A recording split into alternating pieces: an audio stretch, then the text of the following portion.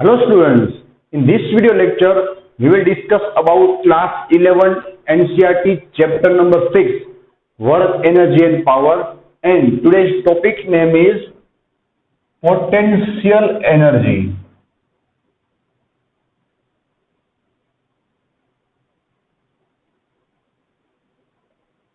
Potential energy. So before starting this lecture, if we revise about last lecture, then you know in the last lecture we had discussed about kinetic energy and the most IMP theory work energy theorem. Okay, work energy theorem. In kinetic energy we had defined the kinetic energy as it is the energy possessed by any moving body. It is the energy possessed by any moving body to do work is called kinetic energy, right? Then we have discussed that if we have some type of energy, then we can apply force on body. And now if we will apply the force on the body by the equation F is equal to m into a, the body will get accelerated. And if the body will get accelerated, that means the change in velocity means the velocity will be changed. And if the velocity will be changed, then you can say the displacement will be done. Okay, there will be must some type of displacement, and if the body will get displacement, that means we had done some type of work. That means we had some energy, and in last we had done some type of work. That means there is some relation between energy and work, so that we had proved the theorem work energy theorem. Okay, in work energy theorem there was the result W is equal to delta K, and we had proved this theorem for constant force as well as variable force, and the result was same, W is equal to delta K. And this relation every time or any time you have to remind, right? The work done is always equal to the change in kinetic energy, or you can say the change in kinetic energy is always equal to the work done on the body. Okay, and then we had discussed about the regular equation of kinetic energy that you already know. The equation is K is equal to half mv square, and from this equation we had get relation between kinetic energy and momentum by multiplying m on numerator and denominator. You will get p square by 2m. You know, p square by 2m. This is the relation between momentum and kinetic energy, right? And at last we have discussed that in uniform circular motion, we know that the energy, the kinetic energy will be uniform during the whole journey, right? Because of uniform circular motion, the kinetic energy of the body during whole motion or whole journey will be same. And if kinetic energy will be same, then its difference will be zero. And if its difference will be zero, that means work done in this case is zero. So by work energy theorem, we had also proved that the work done in circular motion is always zero, right? Now, if we discuss about potential energy, then you know the word potential. Like potential means some type of capacity to do work, So we will start this lecture, right, by defining the potential energy.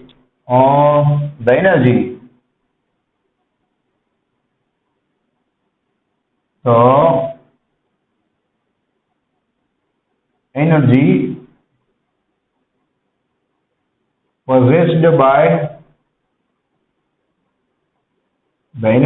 possessed by any body due to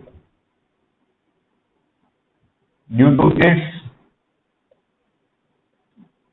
position or configuration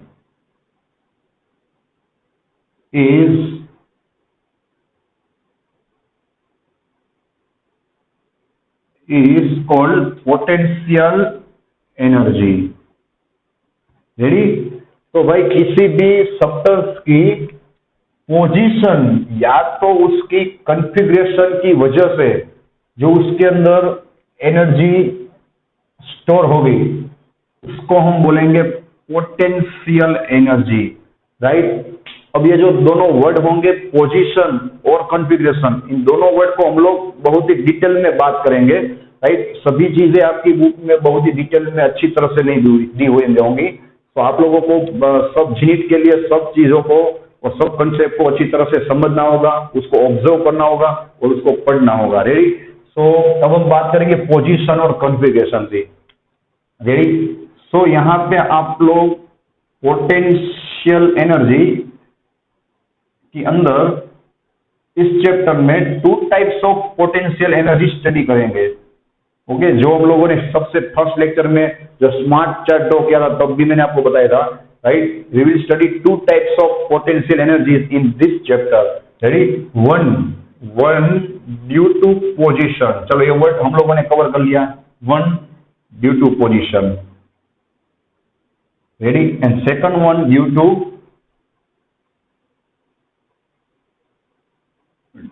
to configuration, okay.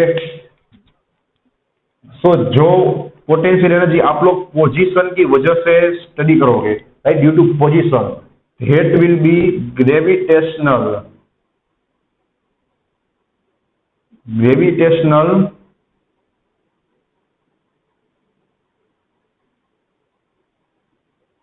Potential energy, ready. और जो potential energy आप लोग उसकी configuration की वजह से, configuration मतलब किसकी कॉन्फ़िगरेशन, भाई सब्सटेंस या मटेरियल की, उसकी कॉन्फ़िगरेशन की वजह से आप लोग जो पोटेंशियल एनर्जी स्टडी करोगे उसको बोलोगे इलास्टिक, ठीक है, इलास्टिक पोटेंशियल एनर्जी। चलो ये जो पोजीशन और कॉन्फ़िगरेशन वर्ड आपको दिख रहे हैं उसके बहुत ही डिटेल में बात करते हैं, रेडी। तो सबसे पहले हम बात करेंगे potential energy due to position. उसका हम एग्जांपल अगर बात करें तो सिंपल सी बात है भाई, ग्राउंड से अगर कोई चीज को आप लोग इतनी हाइट पे रखोगे और दूसरी सेम चीज को ठीक है इतनी हाइट पे रखोगे तो पोटेंशियल एनर्जी कौन से केस में ज्यादा होगी भाई, इस केस में, बिकॉज दोनों के अंदर क्या डिफरेंस है, ओनली एंड ओनली उसकी पोजीशन का डिफरेंस होगा, राइट। ये जो चीज रहेगी उसकी पोजीशन ग्राउंड से कोई भी एक हाइट पे रहेगी तो उससे ज्यादा इस चीज की हाइट होगी, इसलिए इसकी पोजीशन क्या होगी भाई, इस सब्सटेंस से ज्यादा हाइट पे होगी, मतलब कि उसकी ग्रेविटेशनल पोटेंशियल एनर्जी ज्यादा होगी। उसको अगर हम कॉमन सेंस की बात में समझें तो सिंपल सी बात है भाई, राइट। इसी ऑब्जेक्ट को और या तो इसी सब्सटेंस को अगर मैं ग्राउंड से लिफ्ट करके इस पोजीशन पर मतलब कि इस हाइट पर ले आऊंगा तो मैंने जो वर्क किया भाई वो क्या होगा, इसकी पोटेंशियल में कन्वर्ट हो जाएगा, बिकॉज बुक में फ्री में कोई भी एनर्जी आपको नहीं मिलती, the law of conservation of energy, right. Book में कोई भी एनर्जी नहीं मिलेगी, जितना मैंने वर्क किया उतना क्या होगा भाई इसमें स्टोर हो जाएगा। और सेम कॉमन सेंस की बात है भाई, अगर मैं इतनी हाइट पे इसी सब्सटेंस को लिफ्ट करूंगा नीचे से, ऑब्वियस बात है मैं इस केस में ज्यादा वर्क करूंगा, तो ऑब्वियसली मेरा जो ज्यादा वर्क होगा भाई वो उसकी ज्यादा पोटेंशियल एनर्जी में स्टोर होगा। तो ये जो हमने बात की वो बात की पोजीशन के लिए, ठीक है। दूसरा एग्जांपल आपकी टेक्स्ट बुक में दिया हुआ है वो आप लोग टिक कर लेना, ठीक है। वो एग्जांपल दिया हुआ है अर्थ के लिए कि अर्थ के अंदर का जो कोर होगा या तो उसको बोलते हैं क्रस्ट, रेडी, क्रस्ट।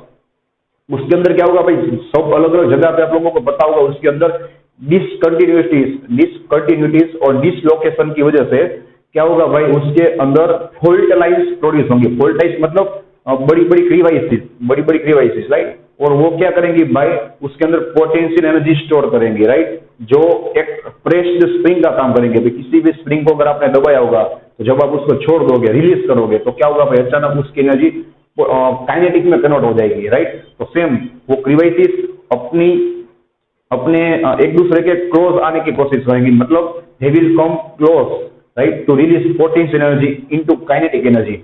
तो वो जो पोटेंशियल एनर्जी उसकी रहेगी वो काइनेटिक एनर्जी में कन्वर्ट होगी, तब क्या होगा भाई, अर्थक्वेक होगा, राइट, मतलब कि उसमें वाइब्रेशंस प्रोड्यूस होंगे। तो उसको हम बोल सकते हैं उसकी पोजीशन की वजह से जो एनर्जी उसमें प्रोड्यूस होगी, राइट, वो एनर्जी। और दूसरी बात हम लोग करें ड्यू टू कॉन्फ़िगरेशन, उसमें आप लोग स्टडी करोगे भाई स्प्रिंग के लिए पोटेंशियल एनर्जी। सेम आप लोग इलास्टिक पोटेंशियल एनर्जी रबड़ के लिए भी स्टडी कर सकते हो, लेकिन वो इस चैप्टर में नहीं, आप लोग चैप्टर 9 में स्टडी करोगे। तो रबड़ के लिए और स्प्रिंग के लिए आप दोनों के लिए सेम एग्जांपल स्टडी कर सकते हैं ड्यू टू कॉन्फ़िगरेशन। कॉन्फ़िगरेशन मतलब उसकी बनावट ही ऐसी होगी, राइट, उसको बनाया ही ऐसे गया है, उसकी कॉन्फ़िगरेशन ऐसी होगी कि उसके अंदर इलास्टिक पोटेंशियल एनर्जी प्रोड्यूस होगी।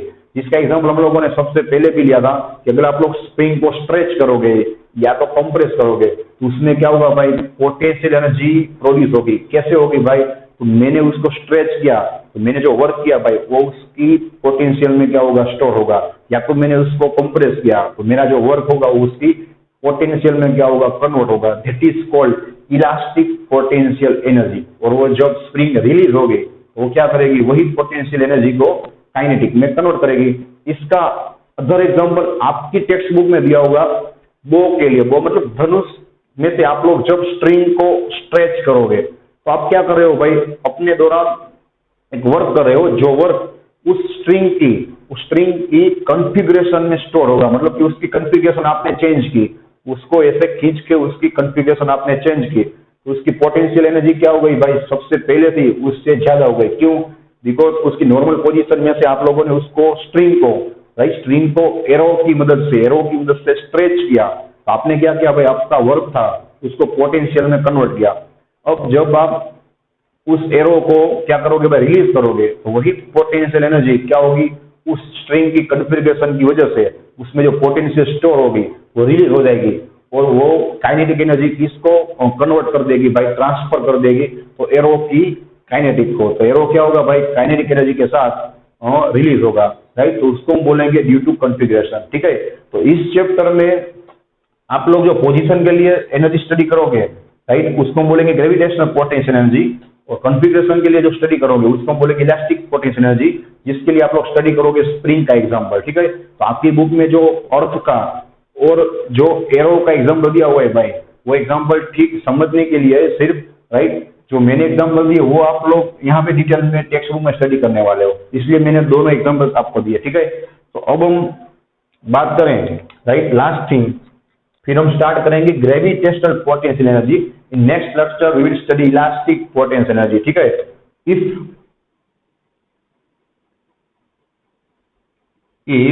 We change the position or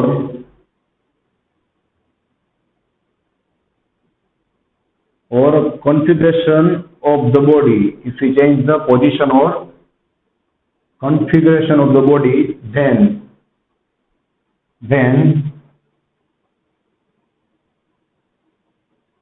potential energy will also change। तो जिसकी बात हम लोगों ने अभी की, राइट, कि अगर आप लोग भाई उसकी पोजीशन या तो कॉन्फ़िगरेशन को चेंज करोगे, किसी भी बॉडी की पोजीशन, मतलब मैंने अभी आपको एग्जांपल दिया कि भाई किसी भी सब्सटेंस को अगर उसकी पोजीशन को मैं चेंज करूंगा, ऑब्वियसली दोनों पोजीशन में उसकी पोटेंशियल एनर्जी भी क्या हो जाएगी, चेंज। और अगर मैं उसकी कॉन्फ़िगरेशन, मतलब स्प्रिंग का एग्जांपल याद रखना, उसकी कॉन्फ़िगरेशन अगर मैं चेंज करूंगा तो भी क्या होगा भाई, उसकी जो पोटेंशियल एनर्जी होगी, राइट, वो क्या हो जाएगी, चेंज हो जाएगी। अब हम स्टार्ट करते हैं हमारा फर्स्ट केस, मतलब कि potential energy due to position. Ready, चलो भाई। तो अब हम स्टार्ट करेंगे ग्रेविटेशनल,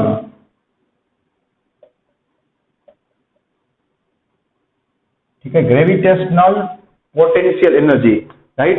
आपकी टेक्स्ट बुक में उसका एग्जांपल नहीं दिया हुआ है, हम उसकी फिगर ड्रॉ करके एग्जांपल लेंगे और उसकी बात करेंगे, रेडी।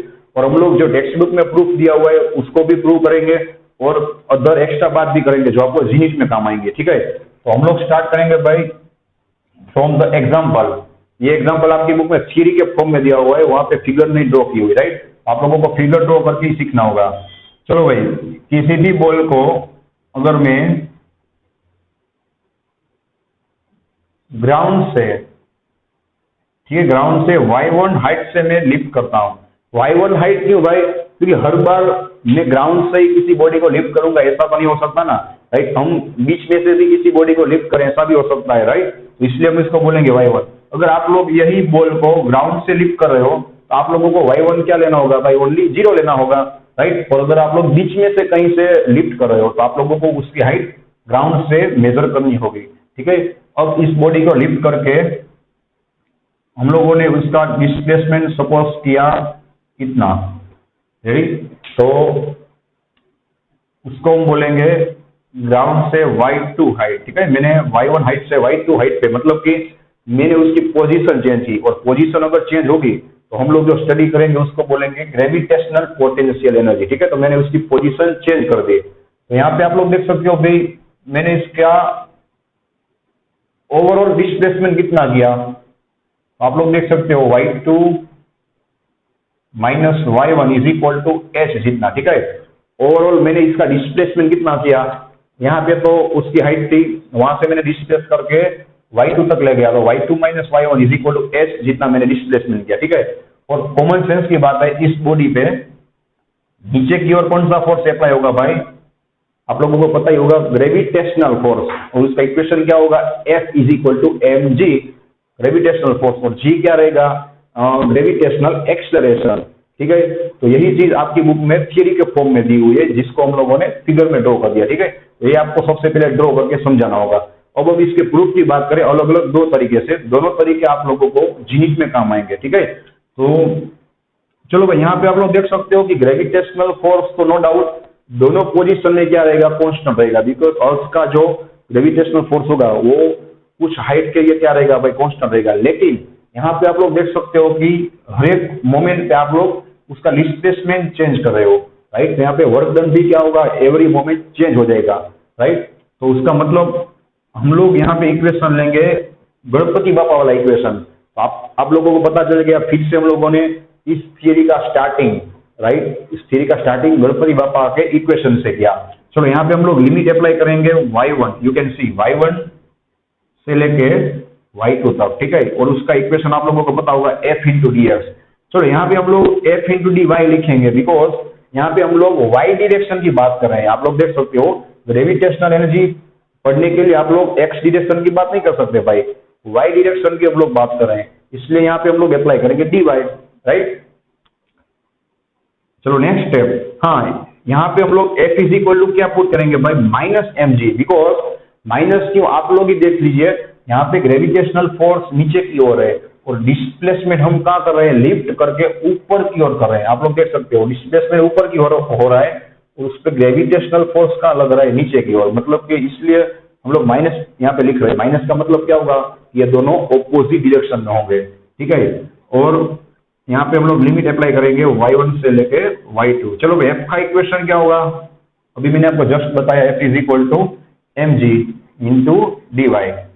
चलो भाई m mass of body constant रहेगा, g gravitational acceleration of body और अर्थ तो वो भी क्या रहेगा भाई कांस्टेंट, उसको हम बाहर ले लेंगे minus M G limit y1 to y2 with respect to D Y.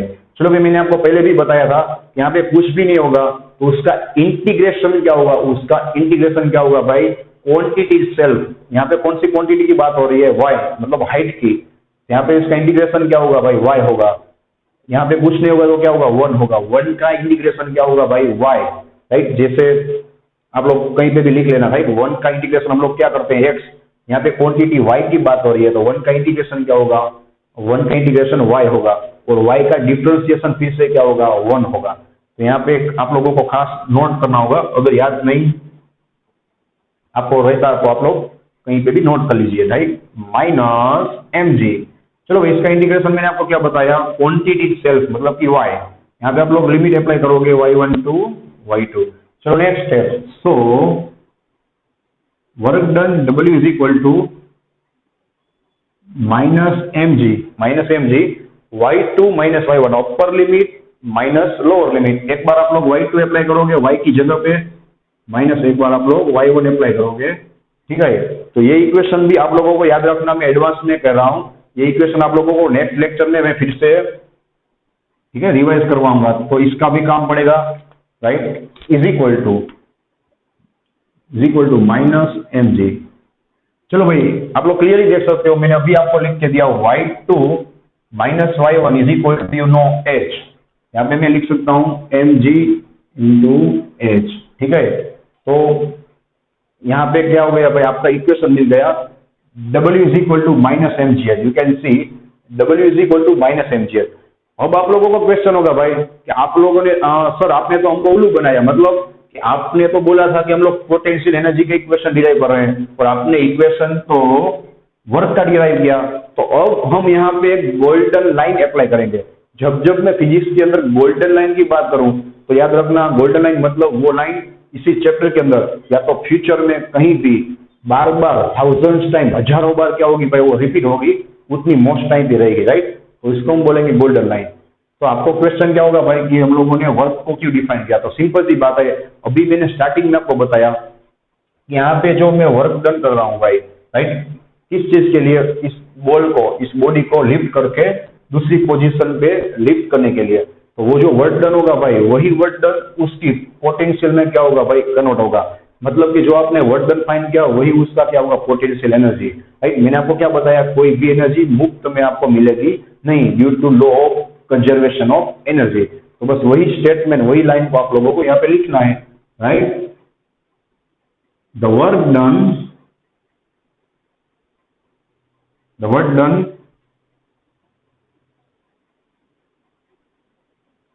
on the body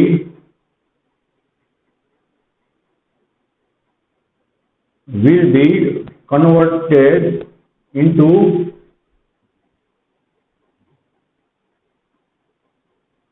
potential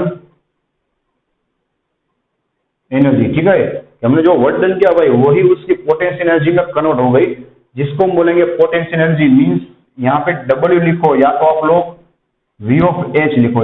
आपकी टेक्स्ट बुक में इसका पोटेंशियल एनर्जी का सिंबल दिया हुआ है V, आप लोग U भी अप्लाई कर सकते हो, कई टेक्स्ट बुक के अंदर U भी उसका सिंबल दिया होगा, right. V of H is equal to आप लोगों को मिल जाएगा फाइनल इक्वेशन माइनस mgh। ठीक है, तो यह गया आपका फाइनल इक्वेशन। चलो भाई, अब इस इक्वेशन या तो दोनों इक्वेशन सेम ही रहेंगे, यहाँ से हम लोग एक मोस्ट टाइम की एक स्टेटमेंट लिखने वाले हैं। स्टेटमेंट को आप लोग सबसे पहले समझ लीजिए, फिर हम लिखेंगे, राइट। यहाँ पे आप लोग क्लियरली देख सकते हो, आप लोगों को ऑब्जर्वेशन करना होगा कि यहाँ पे जो मैंने वर्क डन किया भाई, वो वर्क डन सिर्फ और सिर्फ उसकी इनिशियल पोजीशन और फाइनल पोजीशन पे ही डिपेंड हो रहा है। ये सब चीजें आपकी टेक्स्ट बुक में दी नहीं हुई है, जो आप लोगों को अच्छी तरह से पढ़नी होंगी, राइट। इसलिए हम लोग सब डिटेल में बात कर रहे हैं। इस इक्वेशन से आप लोग कभी ये नहीं सीख सकते, इसलिए मैंने ये इक्वेशन सबसे पहले प्रूफ कर दिया। आपकी बुक में डायरेक्ट ये इक्वेशन दिया हुआ है, राइट। आप लोगों को अच्छी तरह से ऑब्जर्व करना होगा कि हमने जो वर्क डन किया भाई, वो वर्क डन सिर्फ और सिर्फ जो आपकी बॉडी होगी उसकी इनिशियल पोजीशन देख लो आप। इनिशियल पोजीशन मतलब सबसे पहले वो कहाँ पे थी, और उसकी फाइनल पोजीशन पे डिपेंडेंट है। क्यों भाई, तो क्योंकि यहाँ पे M और G दोनों तो कांस्टेंट रहेगा। सिर्फ और सिर्फ आपके हाथ में क्या है, आप लोग क्या वेरी कर सकते हो, ओनली एंड ओनली हाइट, और you can say initial position और फाइनल पोजीशन, राइट। तो ये बात आपको मैं दूसरी तरह से समझाता हूँ, सिर्फ इतनी बात से आप लोगों को यही चीज समझ में आएगी और नहीं। देखो, अगर मैं किसी भी चीज को सुनना ग्राउंड से इस हाइट पे मैं डायरेक्टली ले आ रहा हूँ, ठीक है, इसी हाइट पे मैं डायरेक्ट ले रहा हूँ, और मैं वही चीज को इसी हाइट पे ग्राउंड से ऐसे घुमा फिरा के ले आ रहा हूँ, देखो ऐसे घुमा फिरा के फिर मैं इसी हाइट पे इस बॉडी को ले आ रहा हूँ। तो आप लोग ऑब्जर्व कीजिए, दोनों केस में उसकी पोटेंशियल एनर्जी सेम रहेगी, उसकी पोटेंशियल एनर्जी सेम। क्यों भाई, क्योंकि दोनों केस में उसकी इनिशियल पोजीशन और फाइनल पोजीशन मतलब कि उसकी हाइट तो सेम है ना। तो मैंने एक बार क्या किया, कौन सा पाथ सिलेक्ट किया, कौन सा पाथ मैंने यूज किया, तो भाई डायरेक्टली ऐसा। तो दूसरी बार मैंने घुमा फिरा के पाथ यूज किया। लेकिन आप लोगों को पोटेंशियल एनर्जी के लिए क्या देखना होगा भाई, उसकी सिर्फ इनिशियल पोजीशन और उसकी final position, not its path, मतलब उसका पाथ आप लोगों को ऑब्जर्व नहीं करना है। क्यों भाई, तो यहाँ पे कहीं पे भी पाथ की बात ही नहीं है, यहाँ पे तो आप लोगों को सिर्फ उसका डिस्प्लेसमेंट और उसकी हाइट देखना है, ठीक है। तो उसी चीज को हम लोग यहाँ पे लिखेंगे, right.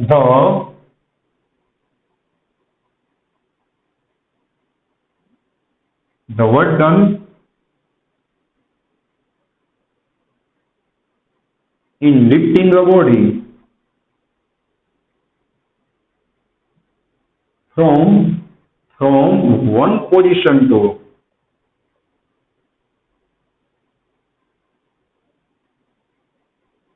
other position is only and only dependent on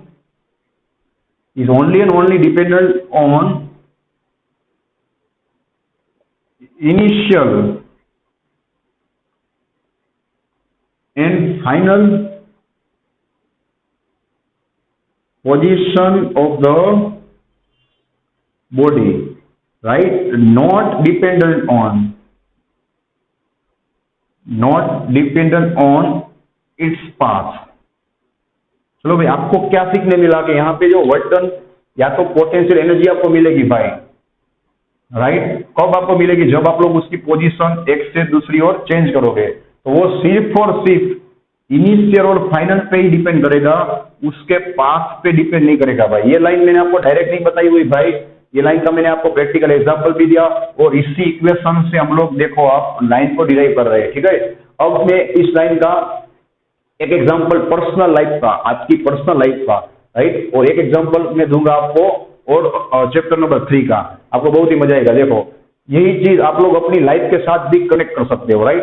कि जब आपका 12th साइंस का रिजल्ट आएगा तो वो अच्छा होगा या तो खराब होगा, लेकिन आप लोगों ने हार्डवर्क तो बहुत ही किया होगा 2 इयर्स के दरमियान, तो फिर भी आपके आसपास के लोग, आपकी सोसाइटी के लोग, आपके रिलेटिव्स क्या कहेंगे भाई?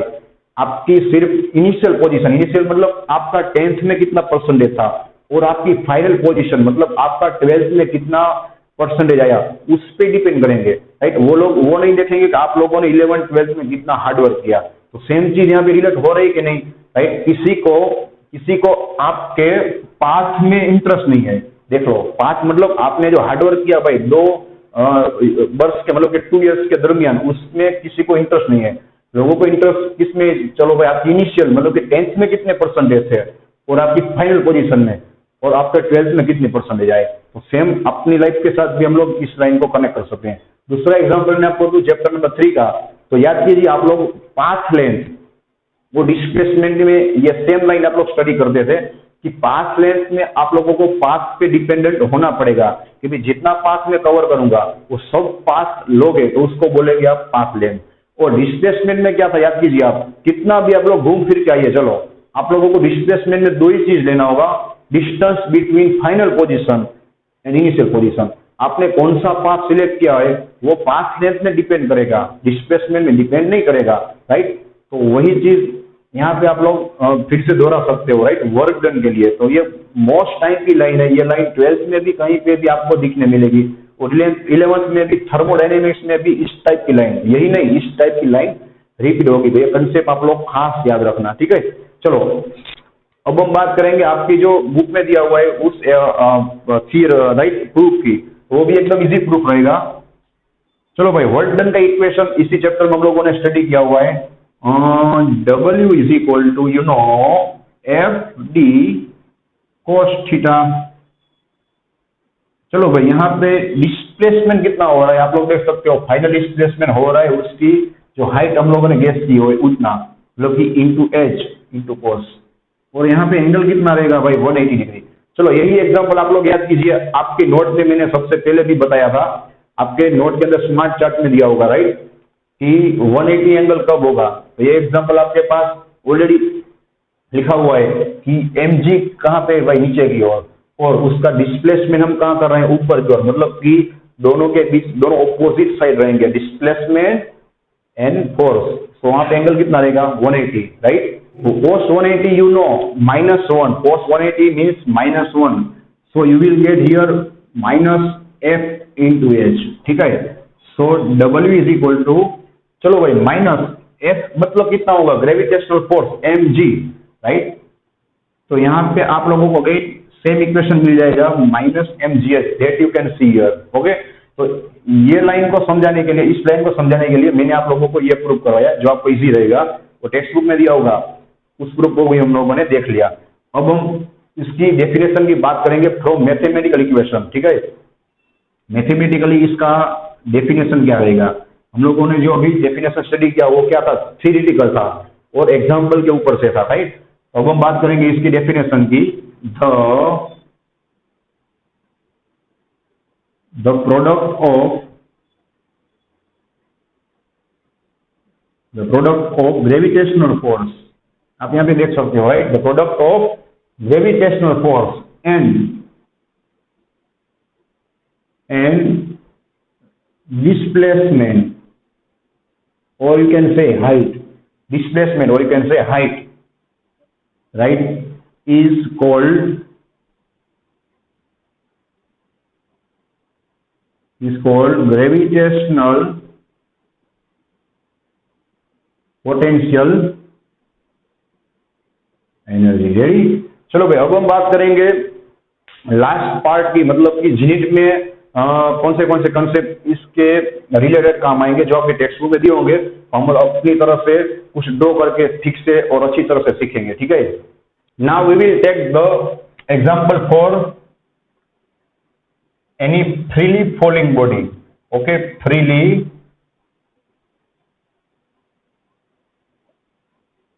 falling body.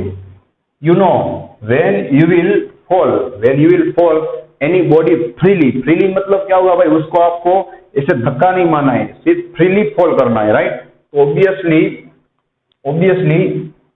उसकी इनिशियल वेलोसिटी कितनी रहेगी भाई, 0। Initial velocity will be 0, okay. And when it will near to the ground, it will very close to the ground surface, then suppose its final velocity is v, okay, its final velocity is v, then you know during the whole journey its gravitational acceleration will be constant, so we can take the equation of constant, or you can say uniform accelerated motion, that is v square minus u square is equal to 280। चलो भाई, constant accelerated motion के 3 equation होंगे, तो आप लोगों को उसका answer मिल जाएगा भाई हमने यही इक्वेशन क्यों यहाँ पे स्टडी किया, राइट। तो उसका सिंपल रीजन है, आप लोग देख सकते हो, यहाँ पे फाइनल वेलोसिटी की बात हो रही है, यहाँ पे इनिशियल वेलोसिटी की बात हो रही है, यहाँ पे एक्सेलरेशन की बात हो रही है, और यहाँ पे आप लोग देख सकते हो कि डिस्प्लेसमेंट की भी बात हो रही है, राइट। इसलिए हम लोगों ने इस इक्वेशन को सिलेक्ट किया, रेडी। उसका भी आपके पास रीजन होगा। चलो भाई, ऑब्वियसली इनिशियल वेलोसिटी कितना होगा, 0 इज इक्वल टू 2। चलो भाई, ग्रेविटेशनल एक्सेलरेशन कितना रहेगा, g, और d मतलब यहाँ पे डिस्प्लेसमेंट हम लोग कितना करेंगे, उसकी हाइट के जितना h। तो आप लोगों को यहाँ पे इक्वेशन मिल जाएगा v square is equal to 2gh, ready, v square is equal to 2gh। और यहाँ से आप लोग 2 इक्वेशन डिराइव कर सकते हो। चलो भाई, अगर हम लोग दोनों साइड रूट लेंगे तो आपको मिलेगा v is equal to √2gh। ये इक्वेशन आप लोग चैप्टर 3 या तो चैप्टर 4 में भी स्टडी करोगे। मतलब कि इस ऑब्जेक्ट का जब ये नीचे पहुंचेगा, राइट, सरफेस के एकदम नजदीक, तो उसकी वेलोसिटी कितनी रहेगी भाई, around √2gh, right, around √2gh, ready. अब आप खास ध्यान रखना, ठीक है। नाउ आप लोगों को काइनेटिक एनर्जी का इक्वेशन पता है, right. Kinetic energy k is equal to half mv²। चलो भाई, आप लोग समझ गए होंगे कि ये v स्क्वायर की वैल्यू 2gh हम लोग यहाँ पे पुट करेंगे, देखो, राइट। तो आपको क्या मिलेगा, आप लोग देखना, 1/2m √2gh², right. Sorry, v square की जगह पे 2gh अप्लाई करेंगे तो यहाँ पे आप लोगों को कुछ करने की जरूरी नहीं है, राइट, डायरेक्ट आप लोग लिख सकते हो, ठीक है, v स्क्वायर की जगह पे 2gh, ओके। चलो भाई, यहाँ पे क्या होगा, देखो आप 2 कट हो जाएगा, 2 कट हो जाएगा, आपको मिलेगा mgh। तो आप लोग देख सकते हो भाई, ये तो जादू हो गया ना। हम लोगों ने स्टार्ट किया था काइनेटिक से, आपको क्या मिल गया भाई, mgh मतलब आप लोगों को क्या मिल गया, v ऑफ h मतलब पोटेंशियल मिल गया। तो इसका रीजन तो मैंने आप लोगों को कब से बता दिया है भाई, कि ये इक्वेशन mgh क्यों आ गया भाई काइनेटिक का।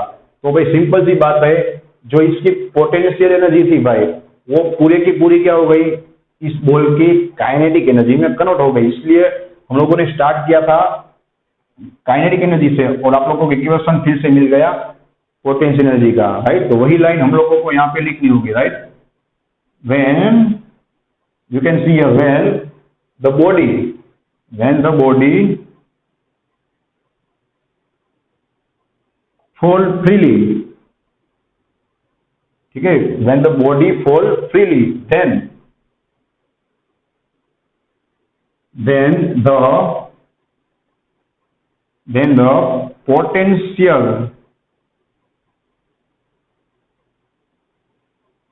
energy of the body, right, the potential energy of the body will be converted into kinetic energy, ठीक है। तो ये हमने प्रूफ कर दिया भाई इस लाइन के लिए। आप लोग देख सकते हो कि पोटेंशियल एनर्जी और काइनेटिक एनर्जी दोनों क्या हो गए, same, due to law of conservation of energy, कि भाई कोई भी एनर्जी कहीं पे भी लॉस नहीं होती, राइट। वो सिर्फ क्या होगी भाई, मुफ्त में नहीं मिलेगी, वो सिर्फ दूसरी एनर्जी में कन्वर्ट हो जाएगी। मतलब कि यहाँ पे हमारी जो पोटेंशियल थी भाई वो काइनेटिक में क्या हो गई, कन्वर्ट, जिसका हमने प्रूफ किया। रेडी, चलो भाई अब हम लास्ट बात करें,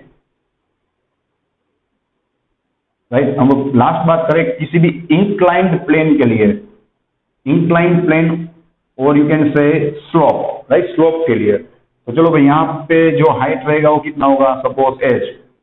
अब ये जो बॉल होगा उसकी ऑब्वियसली पोटेंशियल एनर्जी कितनी होगी भाई, यहाँ पे क्लियर देख सकते हो, जितनी हाइट पे वो रहेगा, मतलब कि अभी हमने बात की जितनी पोटेंशियल एनर्जी होगी भाई mgh, वो सिर्फ किस पे डिपेंडेंट करेगी, only and only it's height, right. अब जब ये रोल होके, राइट, ऐसे रोल होके मूव होके जब वो नीचे पहुंचेगा, राइट, तो हमने क्या बात की भाई कि उसकी एनर्जी mgh होगी, और अभी हमने बात की उसकी क्या होगी भाई, काइनेटिक में कन्वर्ट हो जाएगी, राइट। बट कंडीशन क्या रहेगी भाई, उसकी कंडीशन रहेगी, राइट, ये जो स्लोप होगा वो फ्रिक्शनलेस होना चाहिए, राइट। फ्रिक्शनलेस मतलब कि स्मूथ होना चाहिए,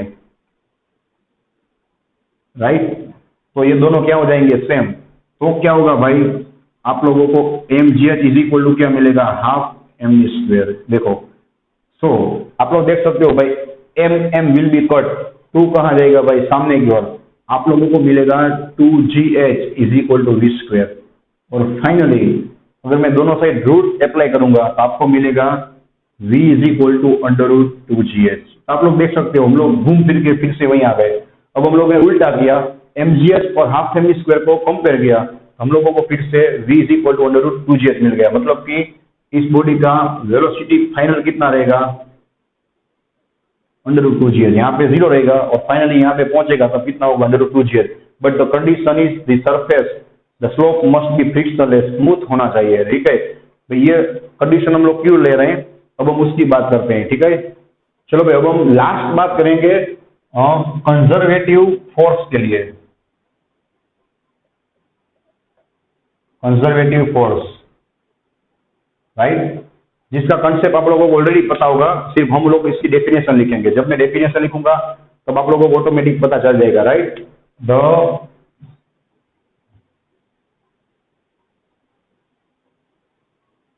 the work done by any force if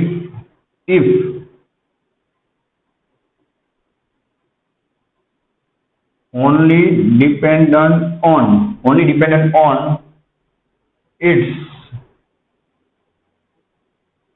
initial and final position, then the force is called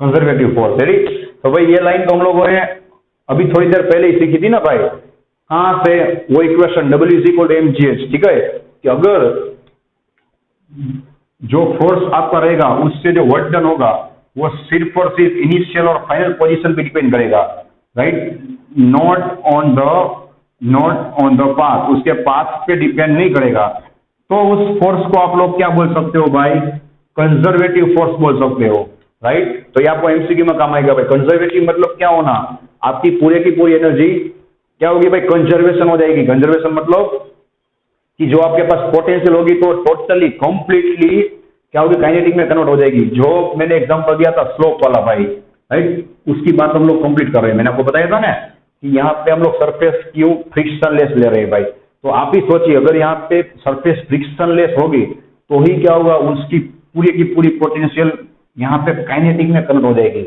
आप उल्टा सोचिए, अगर यहाँ पे फ्रिक्शन होता तो इसकी पोटेंशियल एनर्जी का क्या होगा भाई, थोड़ा थोड़ा पोर्शन उसके फ्रिक्शन में वेस्ट हो जाता, तो उसकी पूरे की पूरी पोटेंशियल एनर्जी काइनेटिक में कन्वर्ट नहीं होती, right.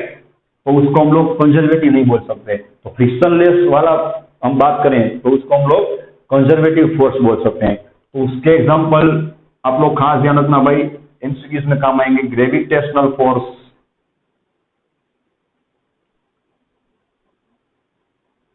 Right, gravitational force, then